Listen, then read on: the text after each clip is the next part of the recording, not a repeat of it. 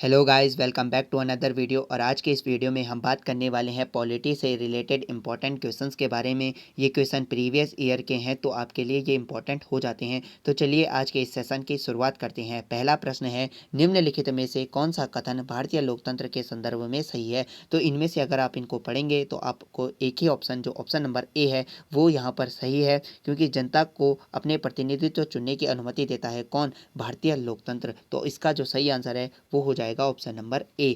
Next question है, स्थानीय सरकार की त्रिस्तरीय प्रणाली में शामिल नहीं है। तो इनमें से आपको बताना है कि जो स्थानीय सरकार है उसमें से जो त्रिस्तरीय प्रणाली है उसमें शामिल कौन नहीं है। तो इसमें जो राइट आंसर हो जाएगा वो हो जाएगा ऑप्शन नंबर बी, जो ग्राम समिति है वो त्रिस्तरीय प्रणाली में शामिल नहीं है। देखिए, आपने एक समिति को पढ़ा होगा, बलवंत राय समिति, जिसके अध्यक्ष कौन होते हैं? बलवंत राय मेहता, जिस समिति का गठन 16 जनवरी 1957 में किया जाता है। और इस समिति की सिफारिश थी कि त्रिस्तरीय प्रणाली को क्या किया जाए? लागू किया जाए। और त्रिस्तरीय पंचायती राज व्यवस्था की स्थापना में इस समिति की जो थी महत्वपूर्ण भूमिका थी। तो इस जो समिति थी इसने जो है 3 स्तरीय प्रणाली की सिफारिशें की थी। कौन कौन सी? ग्राम स्तर पर क्या होनी चाहिए? ग्राम पंचायत। प्रखंड स्तर यानी कि जो ब्लॉक स्तर है वहाँ पर क्या होनी चाहिए? पंचायत समिति। और जिला स्तर पर जिला परिषद। तो इस समिति ने क्या किया था?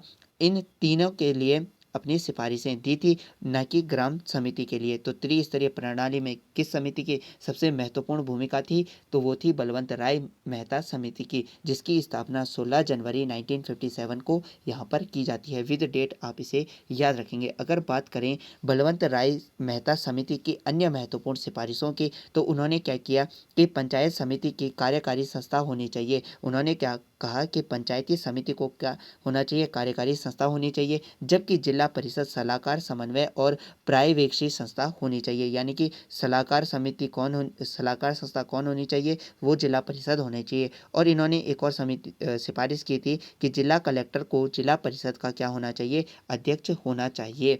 नेक्स्ट प्रश्न पर आते हैं। नेक्स्ट प्रश्न कहता है, एक निश्चित निर्णय या कानून को रोकने के लिए एक व्यक्ति, पार्टी या राष्ट्र का अधिकार कौन सा है?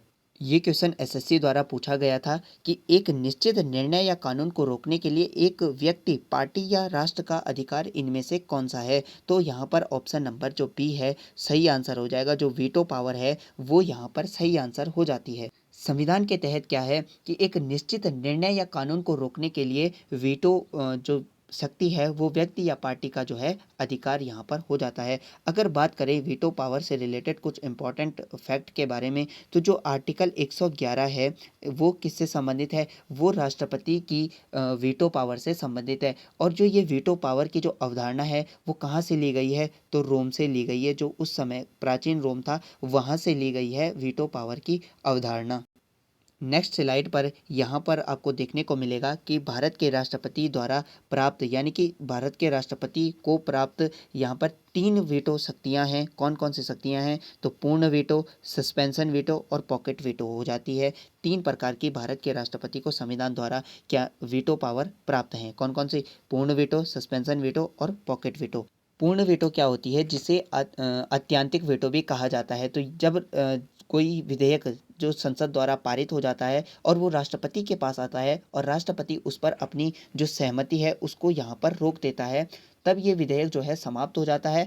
और इसे ही कहा जाता है पूर्ण वीटो। यानी कि उस समय राष्ट्रपति ने कौन सी वीटो का अब इस्तेमाल किया? तो उसने पूर्ण वीटो यानी कि अत्यंतिक वीटो का इस्तेमाल किया। दूसरी वीटो है सस्पेंशन वीटो। सस्पेंशन वीटो को निलंबनकारी वीटो भी कहा जाता है। इसका प्रयोग जो है राष्ट्रपति कब करता है? जब राष्ट्रपति के पास कोई विधेयक आता है और राष्ट्रपति उसे संसद के पास पुनर्विचार के लिए लौटा देता है। लेकिन अगर संसद उस विधेयक को फिर से पारित कर देती है, संशोधन करके या बिना संशोधन करके उसको पारित कर देती है, और वो राष्ट्रपति के पास आता है, तो यहाँ पर राष्ट्रपति क्या होता है? बाध्य होता है उस विधेयक को पारित करने के लिए। नेक्स्ट वीटो है पॉकेट वीटो। पॉकेट वीटो क्या होती है कि जब राष्ट्रपति ना तो विधेयक को पुष्टि करता है, यानी कि ना तो उस पर अपनी सहमति देता है, और ना ही उसे खारिज करता है, यानी कि ना ही उसे क्या करता है? रोक देता है और अपने पास ही रख लेता है। तो इस वीटो को कहा जाता है पॉकेट वीटो। उम्मीद करता हूँ आपने इन वीटो को अच्छी तरह से समझ लिया होगा। नेक्स्ट है, जम्मू और कश्मीर को कौन से अनुच्छेद के तहत विशेष दर्जा दिया गया था? तो इसके बारे में आप सभी ने सुना होगा इसका जो सही आंसर है वो हो जाएगा ऑप्शन नंबर ए। 370 आर्टिकल क्या कहता है? इसके तहत संविधान के आर्टिकल 363 के तहत जम्मू कश्मीर को विशेष राज्य का दर्जा प्राप्त था। और इसमें ये 370 आर्टिकल किस भाग में आती है? तो 21 जो संविधान का भाग है उसमें आती है। और अगर एक इम्पॉर्टेंट घटना हुई थी कि जम्मू कश्मीर पुनर्गठन अधिनियम कब आया था? तो 2019 में आया था। इसका पूरा नाम क्या था? जम्मू कश्मीर पुनर्गठन अधिनियम 2019। यह कब पारित होता है? तो ये पारित होता है 5 अगस्त 2019 को। ये संसद से पास कर दिया जाता है 5 अगस्त 2019 को। और जम्मू कश्मीर का जो पुनर्गठन है वो कब किया जाता है? तो जम्मू कश्मीर का पुनर्गठन किया जाता है 31 अक्टूबर 2019 को। तो 31 अक्टूबर 2019 को क्या किया जाता है? जम्मू कश्मीर का पुनर्गठन किया जाता है और जम्मू कश्मीर को 2 यूनियन टेरिटरी में तोड़ दिया जाता है। एक तो Jammu union territory, Jammu and Kashmir union territory, और लद्दाख यूनियन टेरिटरी में इसे तोड़ दिया जाता है। तो जम्मू कश्मीर का पुनर्गठन कब किया जाता है? 31 अक्टूबर 2019 को किया जाता है। और जम्मू कश्मीर पुनर्गठन अधिनियम जो 2019 था वो कब पारित किया जाता है?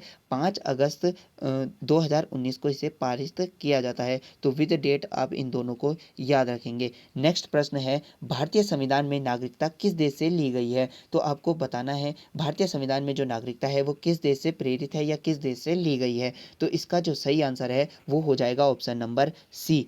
इंग्लैंड से ली गई है एकल नागरिकता। जो भारतीय संविधान जो भाग 2 में है नागरिकता, और कहाँ से कहाँ तक? तो 5 आर्टिकल से 11 आर्टिकल तक नागरिकता है। कहाँ से ली गई है? इंग्लैंड के संविधान से ली गई है। नेक्स्ट प्रश्न पर आते हैं। नेक्स्ट प्रश्न है, भारत में न्यायिक प्रणाली में अदालतों का एक पदानुक्रम शामिल है जिसमें से डैश सबसे ऊपर है। तो इस डैश की जगह आप इनमें से क्या लगाएंगे एक राइट आंसर? आप सभी को पता होगा कि भारत में जो है न्यायिक प्रणाली में अदालतों का पदानुक्रम किस प्रकार है। पहले आता है डिस्ट्रिक्ट कोर्ट, फिर आता है हाई कोर्ट, और फिर आता है सुप्रीम कोर्ट, जो कि भारत में दिल्ली में स्थित है। और इसमें से आपको बताना है सबसे सटीक आंसर कौन सा हो जाएगा। तो इसमें से हो जाएगा ऑप्शन नंबर ए। जो उच्चतम न्यायालय है वो भारत में न्यायिक प्रणाली में अदालतों का एक पदानुक्रम में सबसे ऊपर है। और किसके तहत? तो संविधान के तहत। और अगर बात करें उच्चतम न्यायालय की स्थापना किस आर्टिकल के तहत की जाती है? तो ये की जाती है 124 आर्टिकल के तहत। आर्टिकल 124 कहता है सुप्रीम कोर्ट की स्थापना, और कहाँ है? ये दिल्ली में स्थित है। और अगर बात करें हाई कोर्ट की स्थापना से रिलेटेड कौन सा आर्टिकल है? तो वो है आर्टिकल नंबर 214। तो 214 जो है वो हाई कोर्ट से रिलेटेड है, और 124 जो है वो सुप्रीम कोर्ट से रिलेटेड यहाँ पर हो जाता है। नेक्स्ट प्रश्न है, भारत निर्वाचन आयोग के मुख्य कर्तव्यों में से एक क्या नहीं है? तो भारत निर्वाचन आयोग के कर्तव्य यहाँ पर दिए गए हैं। आपको बताना है कि उनमें इनमें से जो है कौन सा उसका कर्तव्य नहीं है भारतीय निर्वाचन आयोग का। देखिए, अगर इनको पढ़ें तो चुनाव पर नियंत्रण और संचालन क्या चुनाव आयोग का काम है? बिल्कुल सही है। और चुनाव का निरीक्षण करना बिल्कुल सही है। प्रत्यक्ष चुनाव करवाना भी भारतीय निर्वाचन आयोग का क्या है? एक महत्वपूर्ण कर्तव्य है। लेकिन जो ऑप्शन नंबर डी है यहाँ पर वो सही आंसर हो जाता है। क्यों? क्योंकि स्थानीय चुनाव का संचालन करना भारतीय निर्वाचन आयोग का कार्य नहीं होता, बल्कि ये कार्य होता है राज्य निर्वाचन आयोग का। तो राज्य निर्वाचन आयोग का कार्य होता है स्थानीय चुनाव का संचालन करवाना। अगर निर्वाचन की बात करें तो निर्वाचन संविधान के किस भाग में है? तो भाग नंबर 15 में है। आर्टिकल 324 से 329 ए तक यहाँ पर भाग माफ कीजिएगा आर्टिकल है भाग 15 में। नेक्स्ट पर आते हैं। नेक्स्ट प्रश्न कहता है, लोकतंत्र में सत्ताधारी पार्टी डैश के प्रति उत्तरदायी होती है। तो आपको यहाँ पर बताना है कि जो लोकतंत्र है, जो भारत में स्थापित भी है लोकतंत्र, उसमें से जो सत्ताधारी पार्टी होती है वो किसके प्रति यहाँ पर उत्तरदायी होती है? तो इसका जो सही आंसर है वो हो जाएगा ऑप्शन नंबर डी, जनता के प्रति। जो सत्ताधारी पार्टी होती है वो किसके प्रति उत्तरदायी होती है लोकतंत्र में? तो वो जनता के प्रति उत्तरदायी होती है। आप लोगों को 2 क्वेश्चंस के जो है आंसर करने हैं कमेंट बॉक्स में।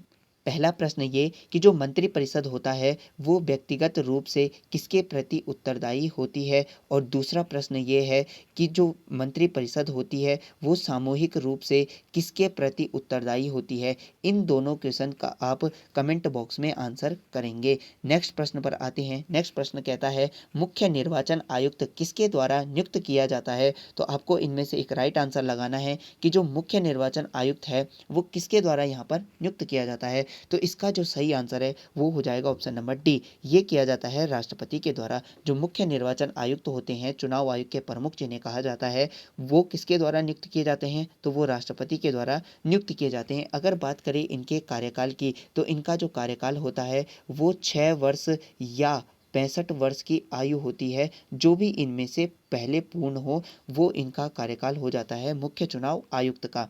और अगर बात करें अन्य चुनाव आयुक्त का कार्यकाल कितना होता है, तो जो अन्य चुनाव आयुक्त होते हैं उनका कार्यकाल होता है 6 वर्ष और 62 वर्ष की आयु। जो भी इन दोनों में से पहले पूर्ण हो, ये अन्य चुनाव आयुक्तों का कार्यकाल यहाँ पर हो जाता है। तो इन दोनों बातों को भी आप यहाँ पर याद रखेंगे। नेक्स्ट प्रश्न है भारतीय संविधान की 8वीं अनुसूची में निम्न में से कौन सी भाषा बाद में जोड़ी गई। तो आपको बताना है कि जो भारतीय संविधान की 8वीं अनुसूची है, 8वीं अनुसूची की बात करें तो इसमें क्या है, इसमें है संविधान के द्वारा मान्यता प्राप्त भाषाएं। तो इसमें से आपको बताना है कि कौन सी भाषा जो है बाद में संविधान संशोधन के तहत जोड़ी गई थी।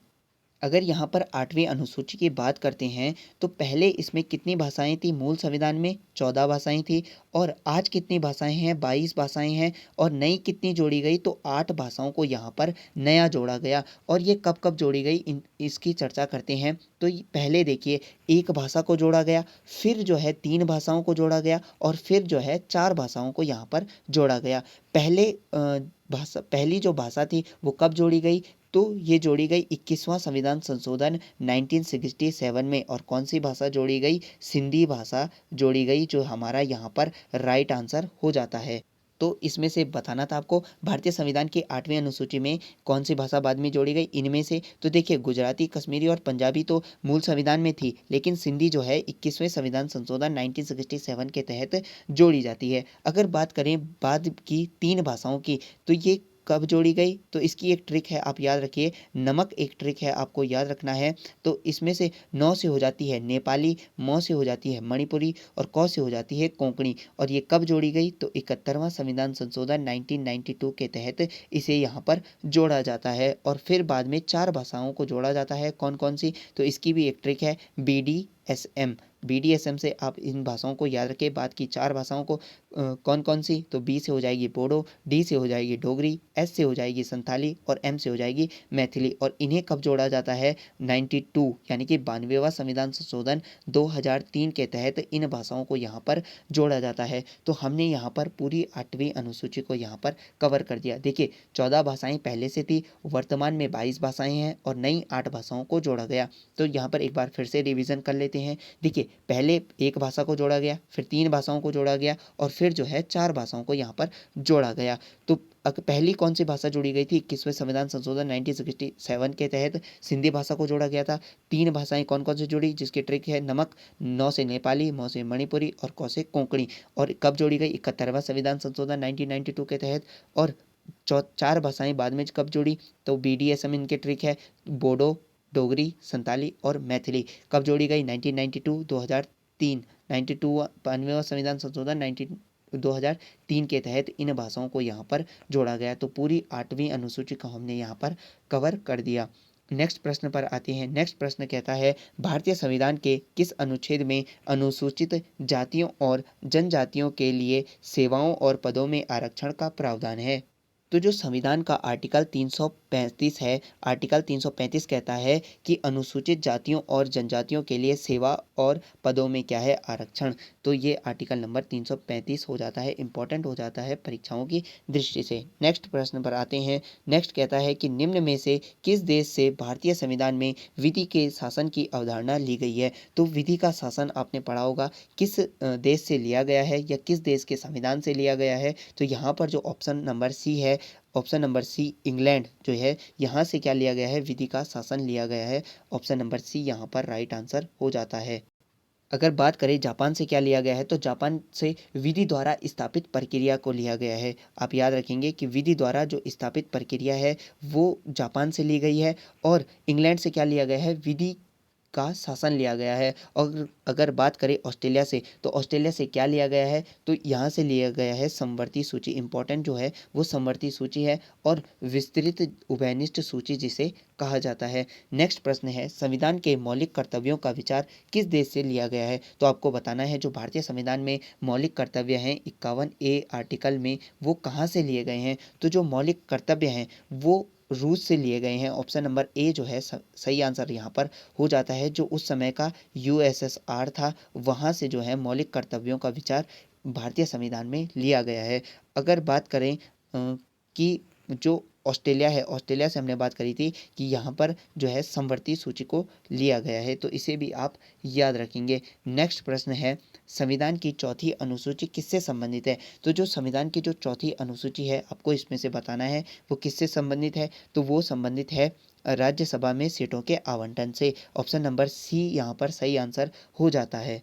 देखिए, संविधान की अनुसूचियों को हम पहले ही एक वीडियो में कवर कर चुके हैं। अगर आपने वो वीडियो नहीं देखा है तो आप उसे प्लेलिस्ट में जाकर देख सकते हैं। इंडियन कॉन्स्टिट्यूशन करके आपको प्लेलिस्ट वहाँ पर मिल जाएगी। तो आपको वहाँ पर ट्रिक भी बताई गई है किस प्रकार से आप वहाँ पर अनुसूचियों को याद कर सकते हैं। नेक्स्ट प्रश्न है, प्रस्तावना में समाजवादी शब्द कब जोड़ा गया। देखिए, जो ये 42वां संविधान संशोधन है ना, ये बहुत इंपॉर्टेंट हो जाता है और कई बार तो विद ईयर भी इसका जो है संशोधन पूछ लिया जाता है कि 42वां संविधान संशोधन किस सन में हुआ था। तो जो प्रस्तावना में समाजवादी शब्द था, ये कब जोड़ा गया। तो ये जोड़ा गया 42वां संविधान संशोधन 1976 में जोड़ा गया।